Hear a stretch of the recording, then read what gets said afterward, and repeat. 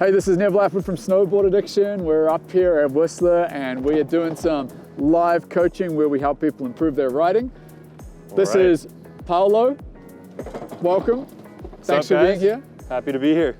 Paulo is a friend of a friend.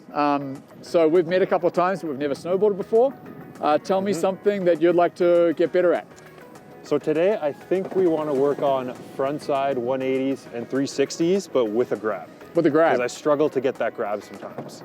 This is a very common thing in snowboarding, is a lot of people, they want to do their 360s with grabs, but they haven't learnt their 180s with grabs. Yeah. So I'm picking Paulo here, I'm picking on him a little bit. Can't help it. And the whole point of this is to figure out what works, what doesn't, get some of it on video, help you with your riding, but also help the people watching this video. Okay. Let's do it. With your normal grabs, do you have a grab that you like the most? Or one that you do the most? I really like melon and indie. Melon and indie. Okay, so let's show the people on the camera what a melon and an indie is. Are you regular or goofy? I'm regular. Okay, so show us an indie grab. An indie grab, I would usually go right around here. Perfect. So it's his backhand on his toe edge. And melon grab? Melon it's hard grab, to do standing. I go behind my front leg and then. Perfect. Melon grab is your front hand on the heel edge of your snowboard. Now those are two of my favorite grabs as well. Cool. When it comes to doing grabs on your spins, you might as well pick the one that you find the easiest, that you're stoked on, and do that, because that's gonna make it way easier for you. And then, after that, you wanna challenge yourself to try ones that you don't do a lot. Okay. So like, if we start doing the front one indie, front one melon, you got it, then we might just try some front ones that grab you never try and see how that goes. Stale fish, maybe tail. Yeah, absolutely. Okay, and then we might get some good feedback too. All right. So first jump here. Have you hit this jump? I have. Cool. I haven't frontside 180'd it yet, but that's all right. Sweet. This is an entry-level park jump. It's about 6 foot of distance that you have to clear, roughly. Yep. And it's a great one. I'm going to throw you in the deep end. I'm not even going to show you. All right. I'm going to say, you do a front one, go for that indie grab, and we'll see how it goes. Okay. And then I'm going to do the same after you. Sounds good. All right. Lift it up. Let's do it.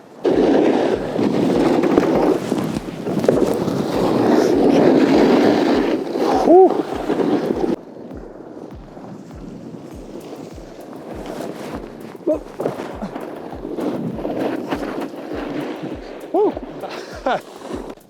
That was sick. Yeah, it just happened. I blacked out. Yeah. So I watched from the top. Yep.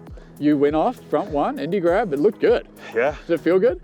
It felt great. Did you go bigger than you expected? Way bigger. Me too.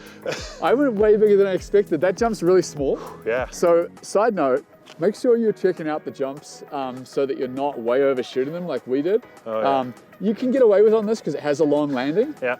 But in general, I know for next time, and so do you, that jump we're going smaller on. Yeah, I agree. That was sick. Thanks, man. What edge did you take off? I thought about it going down and I ended up going off my toe edge. Perfect. Yeah. Do you know what edge? Oh, you probably can't tell from here, but I took off my heel edge. Okay. And again, frontside 180s, you can take off your heel edge or your toe edge. When you spin a front three, do you spin off your heel edge or toe edge? I spin off my heels. Okay.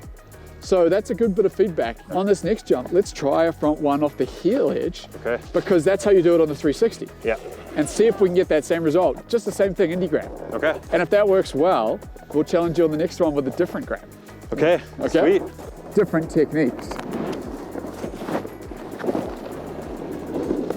So kind of hand slipped out a little bit again on my indie grab, but all good. This is coming in for the front one off the heel edge here with an indie grab. Oh. Okay. Yeah, I didn't anticipate bringing my legs up there. It came a little quicker than I thought it would. Yeah. So do you just get a little bit off balance? I think so. Yeah. I think I'm thinking about reaching down a lot more than I maybe should be. Yeah. I got to maybe bringing my legs up more, coming to the board, perhaps. Yeah. You know what I think it was? Yeah. Is that I'm pushing you out of your comfort zone because you normally do it on your toe edge. Yeah. And that was doing it on your heel edge. That just threw you off a little bit. I could definitely agree with that too. And that's all good. Yeah. Yeah. Let's go on and we'll try that again. We'll try another heel edge front one with indie grab. Sounds good. So I'm doing it off the toe edge, front one indie grab. Nice. That was good. Yeah. That was great. Yeah. How'd it feel? Felt a lot better. Yeah. A lot better. Now that's not something you normally do. Am I fair to say that's the first time you've ever done a front one off your heels at indie grab in your life? One of the first, for Nice. sure, for sure, yeah. Now I could see that being on the heels, it almost, you wanted to go 3. Yeah, that's how I do them. It's habit. Which is good, because then if you do this a bunch of times, front one with the indie grab off the heels, and you get real good at that grab, you will be able to turn that to the 3, no problem at all. I could already see that you would have probably had enough rotation to a 3 if you wanted to. Yeah. Not what we're trying right now. Cool. Cool. Now while we're on this, let's mix it up and let's go on the next jump for a melon grab, just to be different. All right. Because I want to challenge you, see what happens. Okay. Now, one thing I want to emphasize is that when you're first learning to add grabs to your spins, it's important to get a good pop off the jump, because now you are getting good pop, so you're not having this problem. But a lot of people who go off the jump just a little bit too mellow, they're really gonna have a hard time getting enough time, hang time in the air, and enough height to be able to really put that grab in. Yep. So if you're out there with your friends doing 180s, wanting to add grabs, make sure you get in that pop.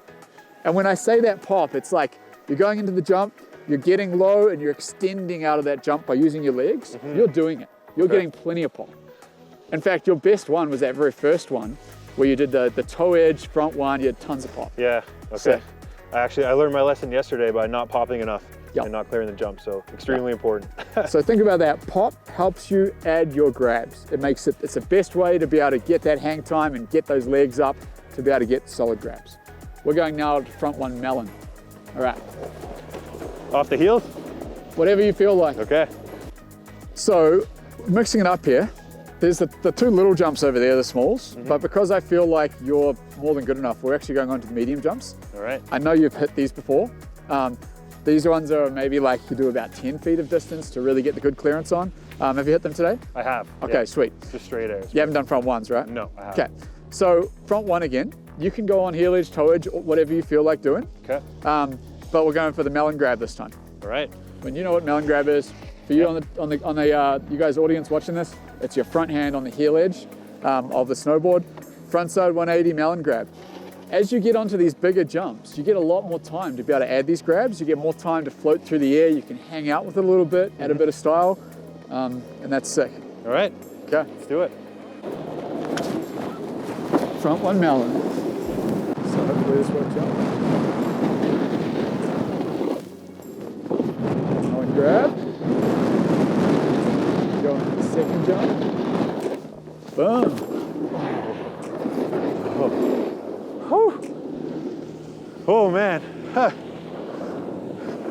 It rolled away. How'd it go? Interesting. Interesting? Yeah. Is that the first time you ever tried a front one melon? One of them, one of the first times, yeah. Okay. And tell me about it.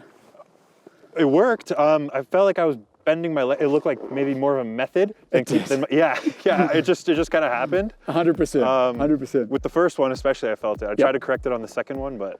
Cool. I'll just touch on that. Is that definitely happened on the first one? Yeah. Is your legs bent up and you grabbed that? Yeah. That's a way you can do this trick. I would say generally it's probably a little bit more stylish on the melon to keep it under you. Yeah, for sure. That's just more normal. But hey, it worked, and you got the grab. Yeah. The second one, the same thing happened a little bit, but not as much. Yeah. Okay. But I think that's probably the first time that you've done. It was one of the first. And this is part of cool. like snowboard coaching. Is I'm challenging him here to do stuff that he hasn't done, because then when you go back and do that indie grab, it's like, oh, you just know it. You know, when you go back to your norms, they're way easier. So sick. How'd that feel?